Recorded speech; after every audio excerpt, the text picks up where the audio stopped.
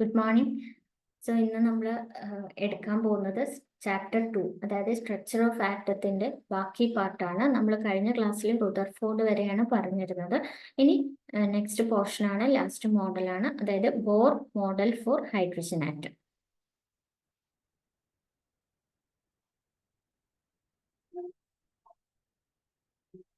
ഇതിന് മുന്നേ കുറച്ച് പോർഷൻസ് ഉണ്ട്, അതെല്ലാം ഡിലീറ്റഡ് ആണ്. ഇത് 2.4 മുതലാണ് നമുക്കിനി എടുക്കാനായിട്ടുള്ളത്. നീൽസ് ബോർ ആണ് അടുത്ത മോഡൽ കൊണ്ടുവന്നിട്ടുള്ളത്. നീൽസ് ബോർ 1913 ഈ ഒരു മോഡൽ കൊണ്ടുവന്നിട്ടുള്ളത്. ഓക്കെ, അപ്പൊ അതിന്റെ പോസ്റ്റുലേറ്റ്സ് ആണ് നമ്മൾ ഇന്ന് എടുക്കാൻ പോകുന്നത്. കുറച്ച് പോസ്റ്റുലേറ്റ്സ് അധികം ഉണ്ട്, അപ്പൊ ശ്രദ്ധിച്ചിരിക്കുക കേട്ടോ. ഫസ്റ്റ് പോസ്റ്റുലേറ്റ് എന്ന് പറയുന്നത്, നമുക്കറിയാം ഹൈഡ്രജൻ ആറ്റത്തിന് എത്ര ഇലക്ട്രോൺ ആണുള്ളത്? ഹൈഡ്രജൻ ആറ്റത്തിന് ഒരു ഇലക്ട്രോൺ ആണുള്ളത്. ആ ഒരു ഇലക്ട്രോൺ, സപ്പോസ് ഇത് നമ്മുടെ ആറ്റമാണ്, ആറ്റത്തിന്റെ ന്യൂക്ലിയസ് ആണ്. ആ ഒരു ഇലക്ട്രോൺ എന്ന് പറയുന്നത് അതൊരു പർട്ടിക്കുലർ സർക്കുലർ പാത്തിലൂടെയാണ്, ഫിക്സഡ് റേഡിയസോട് കൂടിയ ഒരു സർക്കുലർ പാത്തിലൂടെയാണ് ആ ഒരു ഇലക്ട്രോൺ എന്ത് ചെയ്യുന്നത്? ഈ ഹൈഡ്രജന്റെ ന്യൂക്ലിയസിന് ചുറ്റും മൂവ് ചെയ്യുന്നത് എന്നാണ് ആദ്യം പറഞ്ഞ കാര്യം. ആര്? നീൽസ് ബോർ ഫസ്റ്റ് പോസ്റ്റുലേറ്റ് എന്ന് പറയുന്നത് അത് തന്നെയാണ്. Electron in the hydrogen atom moves around this nucleus in A fixed radius and fixed energy. ഈ ഒരു പർട്ടിക്കുലർ പാത്തിന് ഒരു ഫിക്സഡ് എനർജി ഉണ്ട്. ഇതൊരു ഈ സർക്കുലർ പാത്താണ്, അതിന് ഫിക്സഡ് റേഡിയസ് ഉണ്ട്. ആ പാത്തിലൂടെയാണ് എന്ത് മൂവ് ചെയ്യുക? ഈ ഹൈഡ്രജൻ ആറ്റത്തിന്റെ ഇലക്ട്രോൺ മൂവ് ചെയ്യുക. ഇനി ഈ ഒരു പർട്ടിക്കുലർ പാത്തിനെ പറയുന്നതാണ് ഓർബിറ്റ്, അല്ലെങ്കിൽ അതിനെ സ്റ്റേഷനറി സ്റ്റേറ്റ് എന്ന് പറയും. സ്റ്റേഷനറി സ്റ്റേറ്റ്, ഓർബിറ്റ് എന്ന് പറഞ്ഞിട്ടുണ്ട്, അല്ലെങ്കിൽ സ്റ്റേഷനറി സ്റ്റേറ്റ്, അല്ലെങ്കിൽ എലൗഡ് എനർജി സ്റ്റേറ്റ്. അതൊരു എനർജി സ്റ്റേറ്റും കൂടെയാണ്, ഫിക്സഡ് എനർജി ഉണ്ട്, അതുകൊണ്ട് അതിനെ എനർജി സ്റ്റേറ്റ് എന്നും കൂടെ പറയും. അപ്പൊ 3 പേരുകളുണ്ട്: ഓർബിറ്റ്, അല്ലെങ്കിൽ സ്റ്റേഷനറി സ്റ്റേറ്റ്, അല്ലെങ്കിൽ എലൗഡ് സ്റ്റേറ്റ്. ഇനി ഈ എനർജി ലെവൽസ്, ഇതിപ്പോ ഹൈഡ്രജൻ ആയതുകൊണ്ട് ഒരു സിംഗിൾ ഇലക്ട്രോണേ ഉള്ളൂ, ഒരു ഓർബിറ്റ് അല്ലെങ്കിൽ ഒരു എനർജി സ്റ്റേഷനറി സ്റ്റേറ്റേ ഉണ്ടാവുള്ളൂ. അപ്പൊ അതിനെ നമ്മൾ 1 എന്ന് സൂചിപ്പിക്കാം. ഇനി ഒരു ഓർബിറ്റും കൂടെ ഉണ്ടെങ്കിൽ സെക്കൻഡ് ഓർബിറ്റ് ആണ്. ഇനി അത് തേർഡ് ഉണ്ടെങ്കിൽ തേർഡ് ഓർബിറ്റ് ആയിട്ട് വരും. ഓക്കെ, ഇനി ഓരോ ഓർബിറ്റലിനെയും നമ്മൾ നെയിം ചെയ്യുന്നത് K, L, M. ഇനി 1 മോർ ഉണ്ടെങ്കിൽ അതിനെ N എന്നാണ് പറയും, N ഓർബിറ്റ്. ഓക്കെ, ഇത്രയും കാര്യങ്ങളാണ് ഫസ്റ്റ് പോസ്റ്റുലേറ്റ് ആയിട്ട് പറഞ്ഞിട്ടുള്ളത്. ഒന്നുകൂടെ പറയാം. The electron in the hydrogen atom, hydrogen ആറ്റത്തിന് ഒരു ഇലക്ട്രോൺ ആണുള്ളത്. ആ ഒരു ഇലക്ട്രോൺ ഒരു പർട്ടിക്കുലർ എനർജി പാത്തിലൂടെയാണ് ന്യൂക്ലിയസിന് ചുറ്റും മൂവ് ചെയ്യുന്നത്. ആ സർക്കുലർ പാത്തിന് ഒരു ഫിക്സഡ് റേഡിയസ് ഉണ്ട്, ഫിക്സഡ് എനർജി ഉണ്ട്. ആ പാത്തിനെ നമ്മൾ എന്ത് പറയും? ഓർബിറ്റ്സ്, അല്ലെങ്കിൽ സ്റ്റേഷനറി സ്റ്റേറ്റ് എന്ന് പറയും, അല്ലെങ്കിൽ എനർജി സ്റ്റേറ്റ് എന്നും പറയും. ഇനി ഈ ഓർബിറ്റിനെ നമ്മൾ 1, 2, 3 അങ്ങനെയാണ് ഓർഡറിലാണ് നമ്മൾ നമ്പർ ചെയ്യുക. ഓരോന്നിനും ഓർബിറ്റിനും പേരുണ്ട്, K, L, M, N. ഇനി ഇവിടുന്ന് ന്യൂക്ലിയസിൽ നിന്ന് അകന്നു പോകുന്നതിനനുസരിച്ച് ഈ ഓർബിറ്റിന്റെ എനർജി കൂടി വരികയാണ് ചെയ്യുക. സോ ആ ഓർഡർ എന്ന് പറയുന്നത് K less than, L less than, M less than N. അപ്പൊ ഏറ്റവും എനർജി കൂടുതൽ എന്നിനായിരിക്കും, ഏറ്റവും കുറവ് K ഓർബിറ്റിനായിരിക്കും. ഈ ഓർബിറ്റ് തന്നെയാണ് നമ്മൾ പറഞ്ഞിട്ടുള്ള ഷെൽ. നമ്മൾ കോൺഫിഗറേഷൻ ഒക്കെ എഴുതുമ്പോൾ ഷെൽ എന്ന് പറയാറുണ്ട്. ആ ഷെല്ല് തന്നെയാണ് എന്ത്? ഈ ഓർബിറ്റ്. ഓക്കെ, സോ ഇതാണ് ഫസ്റ്റ് പോസ്റ്റുലേറ്റ്. ഇനി സെക്കൻഡ് പോസ്റ്റുലേറ്റ് എന്ന് പറയുന്നത്, ഞാൻ പറഞ്ഞു ന്യൂക്ലിയസിന് ചുറ്റും ഇങ്ങനെ ഇലക്ട്രോൺസ് ഒരു സർക്കുലർ പാത്തിലൂടെ മൂവ് ചെയ്യാണ്. ആ സർക്കുലർ പാത്തിനെ നമ്മൾ ഓർബിറ്റ് അല്ലെങ്കിൽ എനർജി സ്റ്റേറ്റ് എന്ന് പറയും. ഞാൻ പറഞ്ഞു അതിന് ഫിക്സഡ് എനർജി ഉണ്ട്. ഓരോ ഓർബിറ്റിനും എന്തുണ്ട്? ഫിക്സഡ് എനർജി ഉണ്ട്. എന്ന് വെച്ച് കഴിഞ്ഞാൽ ഈ ഇലക്ട്രോണിന്റെ, ഇതിപ്പോ ഫസ്റ്റ് ഓർബിറ്റിലുള്ള ഇലക്ട്രോൺ ആണ്. ആ ഇലക്ട്രോൺ ഇങ്ങനെ മൂവ് ചെയ്യുന്നതിനനുസരിച്ച് ഈ ഓർബിറ്റിൽ തന്നെ ഇരിക്കുന്നിടത്തോളം കാലം അതിനൊരു ഫിക്സഡ് എനർജി ഉണ്ടാവും. അതിന്റെ എനർജി എന്ത് ചെയ്യില്ല? ചേഞ്ച് ചെയ്യില്ല. പക്ഷേ ചില കേസുകളിൽ, അതാണ് പറയാൻ പോകുന്നത്, ഈ ഇലക്ട്രോൺ എനർജി അബ്സോർബ് ചെയ്തിട്ട് ഹയർ എനർജി ലെവലിലേക്ക് പോവുകയാണെങ്കിൽ അതിന്റെ എനർജി ചേഞ്ച് ആവും. കാരണം ഈ ഓർബിറ്റിന്റെ എനർജി അല്ല ഇതിന് കുറച്ചും കൂടുതൽ എനർജി ഉണ്ട്. അപ്പൊ ഈ ഇലക്ട്രോണിന് ഹയർ എനർജി ലെവലിലേക്ക് പോകണമെങ്കിൽ ഈ ഇലക്ട്രോൺ എന്ത് ചെയ്യും? എനർജി അബ്സോർബ് ചെയ്യും, ഹയർ എനർജി ലെവലിലേക്ക് പോകും. സപ്പോസ് വേറൊരു ഇലക്ട്രോൺ ഹയർ എനർജി ലെവലിൽ നിന്ന് താഴേക്ക് ലോവർ എനർജി ലെവലിലേക്കാണ് വരേണ്ടതെങ്കിൽ അതിന് ഓൾറെഡി ഉള്ള എനർജി കുറച്ച് റിലീസ് ചെയ്തിട്ടായിരിക്കും താഴേക്ക്. അപ്പൊ അതാണ് സെക്കൻഡ് പോസ്റ്റുലേറ്റ്. ഓരോ ഓർബിറ്റിനും എന്തുണ്ട്? ഫിക്സഡ് എനർജി ഉണ്ട്. ഓരോ ഓർബിറ്റിലും ഉള്ള ഇലക്ട്രോൺ ആ ഓർബിറ്റിൽ തന്നെയാണ് ഇരിക്കുന്നതെങ്കിൽ അതിന്റെ എനർജി എന്ത് ചെയ്യില്ല? ചേഞ്ച് ചെയ്യില്ല. അതിന് ഹയർ എനർജിയിലോട്ട് പോകണമെങ്കിൽ അത് എന്ത് അബ്സോർബ് ചെയ്യും? എനർജി അബ്സോർബ് ചെയ്തിട്ടാണ് ഹയർ എനർജിയിലോട്ട് പോവുക. ഇനി താഴേക്ക് വരണമെങ്കിൽ, ലോവർ എനർജിയിലേക്ക് വരണമെങ്കിൽ അത് എനർജി റിലീസ് ചെയ്യും, അല്ലെങ്കിൽ ലോസ് ചെയ്തിട്ടാണ് താഴേക്ക് വരും. സോ അതാണ് സെക്കൻഡ് പോസ്റ്റുലേറ്റ് എന്ന് പറയുന്നത്. ദെൻ തേർഡ് പോസ്റ്റുലേറ്റ് എന്ന് പറയുന്നത്, ഞാനിപ്പോൾ പറഞ്ഞു ന്യൂക്ലിയസിന് ചുറ്റും മൂവ് ചെയ്യുന്ന ഇലക്ട്രോൺസ് ഹയർ എനർജി ലെവലിലേക്ക് പോകുമ്പോൾ എനർജി അബ്സോർബ് ചെയ്യും.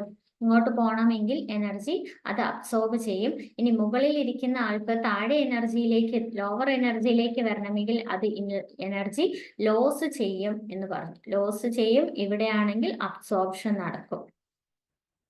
അങ്ങനെ ഇങ്ങനെ റേഡിയേഷൻ അബ്സോർബ് ചെയ്യുക അല്ലെങ്കിൽ എമിറ്റ് ചെയ്യുക, ഇതിനൊക്കെ ഈ ഒരു റേഡിയേഷൻസിനൊക്കെ ഒരു പർട്ടിക്കുലർ ഫ്രീക്വൻസി ഉള്ള റേഡിയേഷൻസ് ആയിരിക്കും അബ്സോർബ് ചെയ്യുക അല്ലെങ്കിൽ എമിറ്റ് ചെയ്യുക.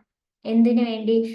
ഈ ട്രാൻസിഷൻ നടക്കാൻ, ഹയർ എനർജി ലെവലിലേക്ക് അല്ലെങ്കിൽ ഹയറിൽ നിന്ന് ലോവറിലേക്ക് ഇങ്ങനെ ട്രാൻസിഷൻ, ഇലക്ട്രോണിന്റെ ട്രാൻസിഷൻ നടക്കണമെങ്കിൽ ഒരു പർട്ടിക്കുലർ ഫ്രീക്വൻസി ഉള്ള എനർജി അബ്സോർബ് ചെയ്യണം അല്ലെങ്കിൽ എനർജി ലോസ് ചെയ്യണം. അപ്പൊ ആ ഫ്രീക്വൻസി കണ്ടുപിടിക്കുന്നത് നമ്മൾ ആ ഒരു എനർജി ചേഞ്ച് ഉണ്ടല്ലോ, ഈ ഓർബിറ്റലിന്റെ എനർജി E2 ആണ്, ഇത് E1 ആണ് എങ്കിൽ E2 minus E1 by H ചെയ്തു കഴിഞ്ഞാൽ നമുക്ക് ആ പർട്ടിക്കുലർ അബ്സോർബ് ചെയ്യുന്ന അല്ലെ ലോസ് ചെയ്യുന്ന എനർജിയുടെ ഫ്രീക്വൻസി കണ്ടുപിടിക്കാനായിട്ട് പറ്റും. അപ്പൊ frequency equal to E2 minus E1 by H. H is the Planck's constant, that is delta E by delta E means ഈ difference, change in energy by. ഇതാണ് ഫ്രീക്വൻസി. സോ ഈ ഫ്രീക്വൻസി നമ്മൾ പറയുന്നതാണ് Bohr's frequency rule. Bohr's frequency rule. So ഇത്രയാണ് third postulate. Okay, ഇനി fourth postulate എന്ന് പറയുന്നത്, നമ്മൾ പറഞ്ഞു ഇലക്ട്രോൺസ് ന്യൂക്ലിയസിന് ചുറ്റും ഒരു സർക്കുലർ പാത്തിലൂടെ ഇങ്ങനെ മൂവ് ചെയ്യാണ്.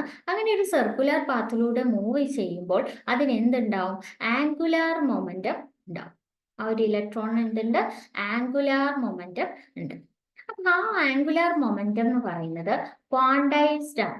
ക്വാണ്ടൈസ്ഡ് ആണെന്ന് പറഞ്ഞാൽ അതിന്റെ വാല്യൂ എന്ന് പറയുന്നത്, ഈ ആംഗുലാർ മൊമെന്റത്തിന്റെ വാല്യൂ എന്ന് പറയുന്നത് it will be an integral multiple of something. എന്തിന്റെയെങ്കിലും ഇന്റഗ്രൽ മൾട്ടിപ്പിൾ ആയിട്ട് വരുമ്പോഴാണ് നമ്മൾ ക്വാണ്ടൈസ്ഡ് ആണെന്ന് പറയാം. നമുക്കറിയാം ആംഗുലാർ മൊമെന്റം നിങ്ങൾ ഫിസിക്സിലൊക്കെ പഠിച്ചിട്ടുണ്ടാവും. Angular momentum is equal to MER ആണ്. Angular momentum is equal to MER.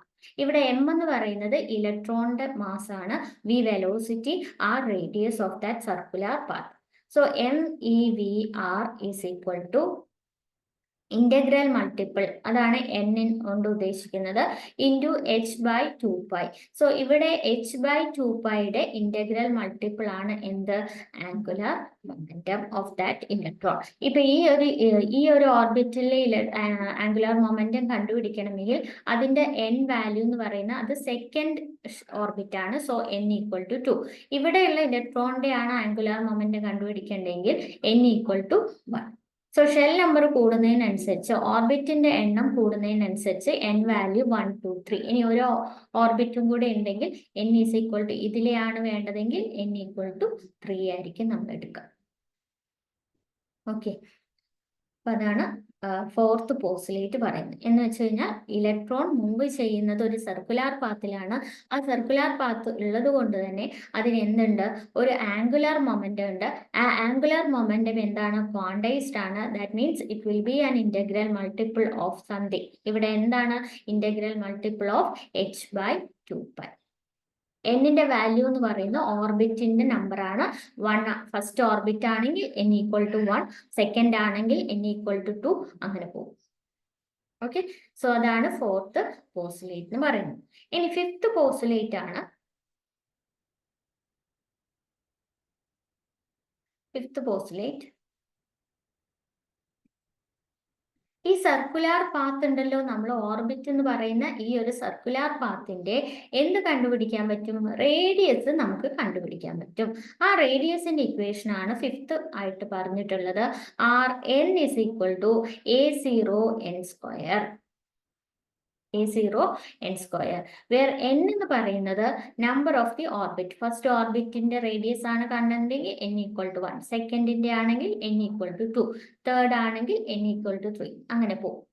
ഇനി a0യുടെ വാല്യൂ എന്ന് പറയുന്നത് it is equal to 52.9 picometre. ഇതാണ് റേഡിയസ് ഓഫ് അല്ലെങ്കിൽ ഈ ഒരു വാല്യൂവിനെ നമ്മൾ പറയുന്നതാണ് Bohr radius.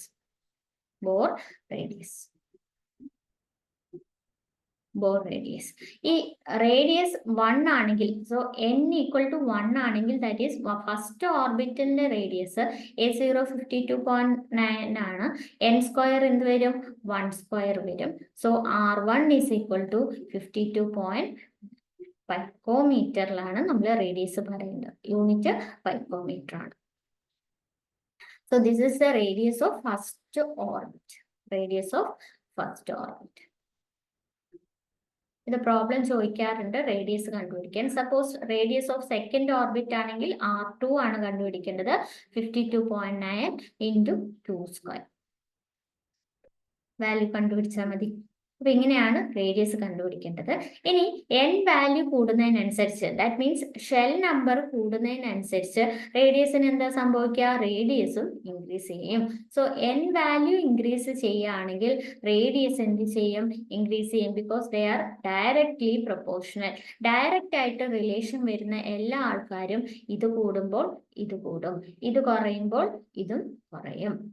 Okay, so n value increase ചെയ്യുമ്പം റേഡിയസ് ഓഫ് ഓർബിറ്റും ഇൻക്രീസ് ചെയ്യും. ഇത്രയും കാര്യങ്ങളാണ് ഫിഫ്ത്ത് പോസ്റ്റുലേറ്റ് ആയിട്ട് പറഞ്ഞിട്ടുള്ളത്. Okay, clear? ഓക്കെ, ഇനി നെക്സ്റ്റ് വൺ ആണ് സിക്സ്ത് പോസ്റ്റുലേറ്റ്. സിക്സ്ത് പോസ്റ്റുലേറ്റ് പറയുന്നത് ദ എനർജി ഓഫ് ഇലക്ട്രോൺ. ഇനി നമ്മൾ റേഡിയസ് കണ്ടുപിടിച്ചു. ഇനി നമുക്ക് ഓരോ ഓർബിറ്റിന്റെയും എനർജി കണ്ടുപിടിക്കണം. ആ എനർജി കണ്ടുപിടിക്കാനാണ് നമ്മൾ പോകുന്നത് അടുത്ത എക്സ്പ്രഷൻ. ദാറ്റ് ഈസ് En = ഇതിന്റെ ഡെറിവേഷൻസ് ഒന്നും പഠിക്കാനില്ല കേട്ടോ, ജസ്റ്റ് ഇക്വേഷൻ മാത്രമാണ് ഉള്ളത്. EHn = -RH × 1/n². Okay, n എന്താണ്, number of the orbit. First ആണെങ്കിൽ 1, സെക്കൻഡ് ഓർബിറ്റ് ആണെങ്കിൽ 3, തേർഡ് ആണെങ്കിൽ ഇങ്ങനെ. ഓക്കെ, ഇനി RH നമ്മൾ കണ്ടിട്ടില്ലാത്ത ആളാണ്. RH എന്ന് പറഞ്ഞു കഴിഞ്ഞാൽ റിഡ്ബർഗ് കോൺസ്റ്റന്റ് ആണ്. റിഡ്ബർഗ് കോൺസ്റ്റന്റ് ആണ്.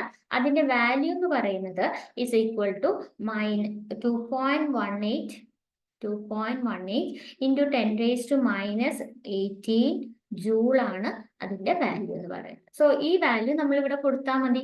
സോ ഫസ്റ്റ് ഓർബിറ്റിന്റെ എനർജി ഒന്ന് കാൽക്കുലേറ്റ് ചെയ്ത് നോക്കാം. E1 = -2.18 × 10⁻⁻18 × 1/1².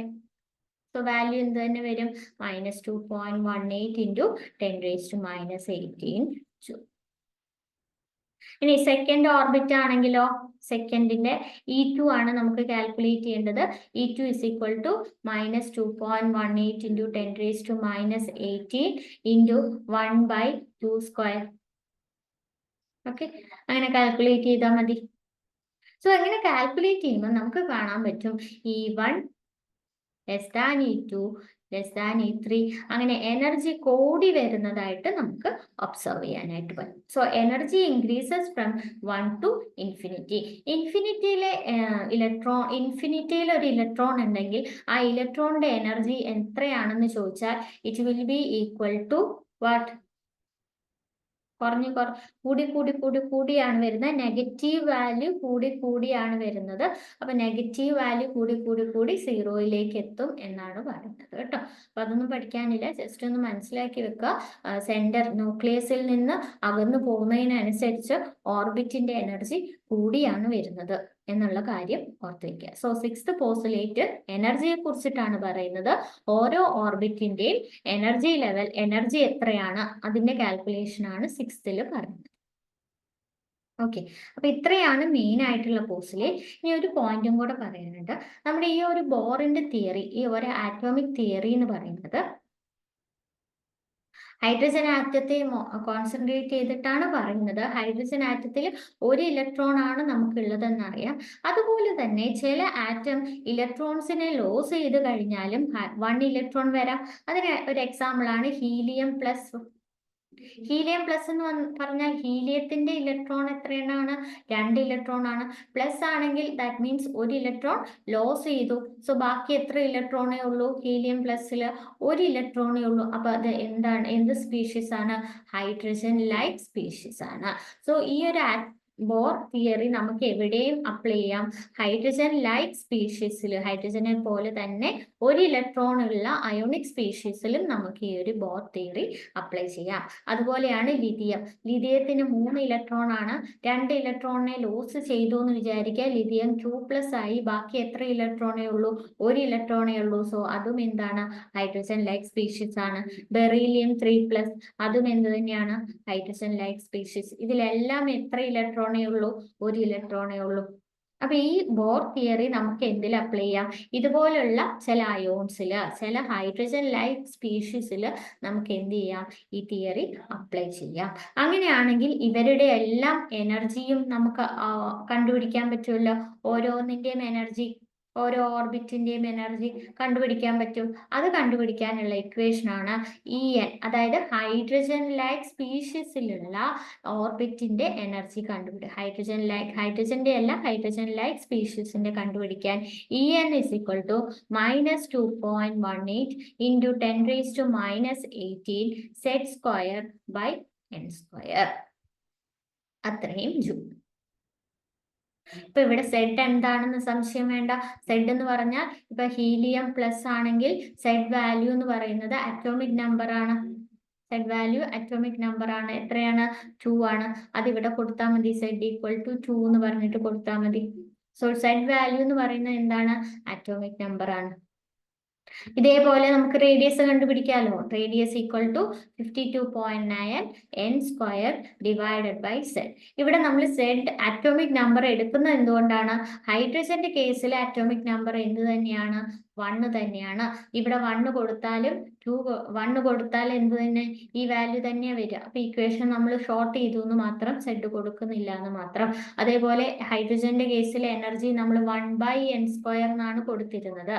അപ്പൊ 1 കൊടുത്ത് എന്തുകൊണ്ടാ? ഹൈഡ്രജൻ ആണ്, 1 ആണ് അറ്റോമിക് നമ്പർ. പക്ഷെ ഹീലിയം, ബെറിലിയം പോലുള്ള അയോണിക് സ്പീഷീസിന്റെ കേസ് വരുമ്പോൾ നമ്മൾ അവരുടെ അറ്റോമിക് നമ്പർ കൊടുക്കണം. അവരുടെ അറ്റോമിക് നമ്പർ 1 അല്ല. അപ്പൊ അതുകൊണ്ടാണ് ഇവിടെ സെഡ് എന്ന് പറയുന്ന ഒരു ടേം കയറി വന്നിട്ടുള്ളത്. സോ ഇത്രയാണ് നമ്മുടെ ബോർസ് തിയറിയിൽ ഓസിലേറ്റ്സും പ്ലസ് ഈ 2 പോയിന്റ് കൂടെ ഓർത്ത് വയ്ക്കും. ഓക്കെ, അപ്പൊ അതിനിടയിൽ ഹൈഡ്രജൻ സ്പെക്ട്രത്തെ കുറിച്ചിട്ട് ഒരു എക്സ്പ്ലനേഷൻ ഉണ്ട്. അത് നമുക്ക് ഇല്ല, ഡിലീറ്റഡ് പോർഷൻ ആണ്. അപ്പൊ അത് കഴിഞ്ഞിട്ടാണ് ബോറിന്റെ ലിമിറ്റേഷൻസ്, ബോറിന്റെ ലിമിറ്റേഷൻ അല്ല, ബോർ തിയറിയുടെ ലിമിറ്റേഷൻ വരുന്നത്.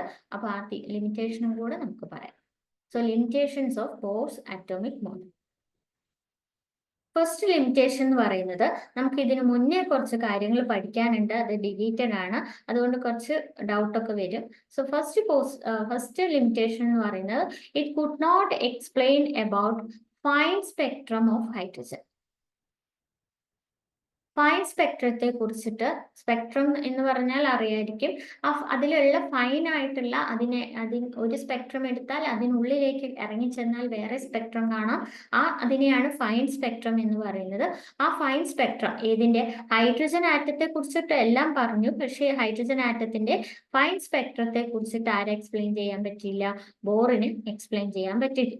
അതുപോലെ തന്നെ ഹൈഡ്രജന്റെ സ്പെക്ട്രം പറഞ്ഞ പോലെ മറ്റ് ആറ്റത്തിന്റെ സ്പെക്ട്രം എന്ത് ചെയ്യാൻ പറ്റിയില്ല, could not explain the spectrum of other atom.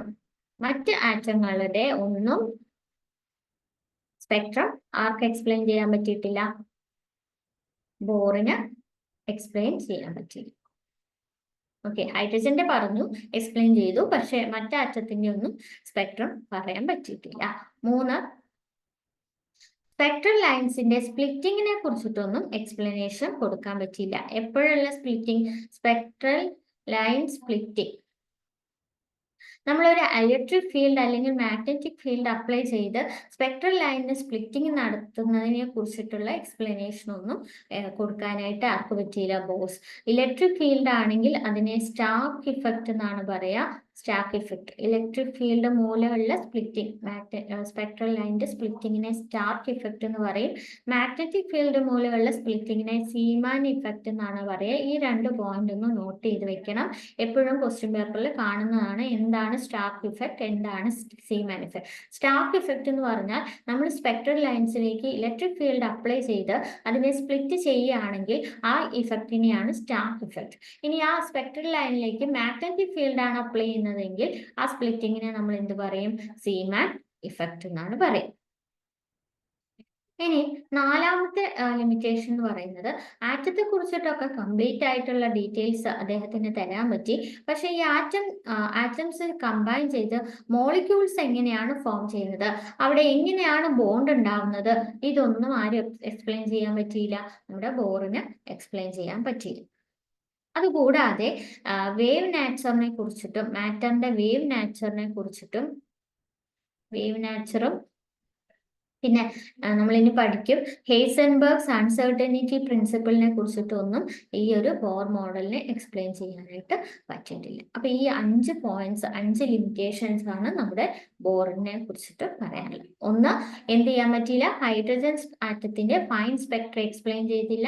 Hydrogen ആറ്റത്തിന്റെ spectrum explain ചെയ്തു, പക്ഷെ മറ്റു ആറ്റത്തിന്റെ ഒന്നും സ്പെക്ട്രം എക്സ്പ്ലെയിൻ ചെയ്യാൻ പറ്റിയില്ല. പിന്നെ സ്പെക്ട്രൽ ലൈനിന്റെ സ്പ്ലിറ്റിംഗ് എന്ത് മൂലം, ഇലക്ട്രിക് ഫീൽഡും മാഗ്നറ്റിക് ഫീൽഡും മൂലമുള്ള ആ സ്പ്ലിറ്റിംഗ് ഒന്നും എക്സ്പ്ലെയിൻ ചെയ്തില്ല. പിന്നെ ആറ്റംസിനെ കുറിച്ചിട്ട് എല്ലാ കാര്യങ്ങളും പറഞ്ഞു, പക്ഷെ ആറ്റം എങ്ങനെയാണ് കമ്പൈൻ ചെയ്ത് എങ്ങനെയാണ് മോളിക്യൂൾസ് ഉണ്ടാകുന്നത്, അവിടെ ഉണ്ടാകുന്ന കെമിക്കൽ ബോണ്ട് എന്താണ്, എങ്ങനെയാണ്, ഇതൊന്നും അദ്ദേഹത്തിന് എക്സ്പ്ലെയിൻ ചെയ്യാൻ പറ്റിയില്ല. പിന്നെ wave nature of മാറ്ററും Heisenberg's uncertainty പ്രിൻസിപ്പിളിനെ കുറിച്ചിട്ടൊന്നും അദ്ദേഹത്തിന് ഈ ഒരു മോഡൽ വെച്ചിട്ട് എക്സ്പ്ലെയിൻ ചെയ്യാൻ പറ്റിയിട്ടില്ല. അപ്പൊ ഇത്രയാണ് ബോറിന്റെ ആറ്റം മോഡൽ എന്ന് പറയുന്നത്. അപ്പൊ നമ്മൾ ഇപ്പൊ എടുത്തിരിക്കുന്നത് 2.4 ആണ്. 2.4 കഴിഞ്ഞ് 2.41 നമുക്ക് ഡിലീറ്റഡ് ആണ്. 2.42ലാണ് ലിമിറ്റേഷൻസ് വരുന്നത്. ഓക്കെ, അപ്പൊ ഇത്രയും പോർഷൻസ് ആണ് നമുക്ക് പറയാനുള്ളത്. ഓക്കെ, സോ ബാക്കി നമുക്ക് നെക്സ്റ്റ് ക്ലാസ്സിൽ എടുക്കാം. Okay, thank you.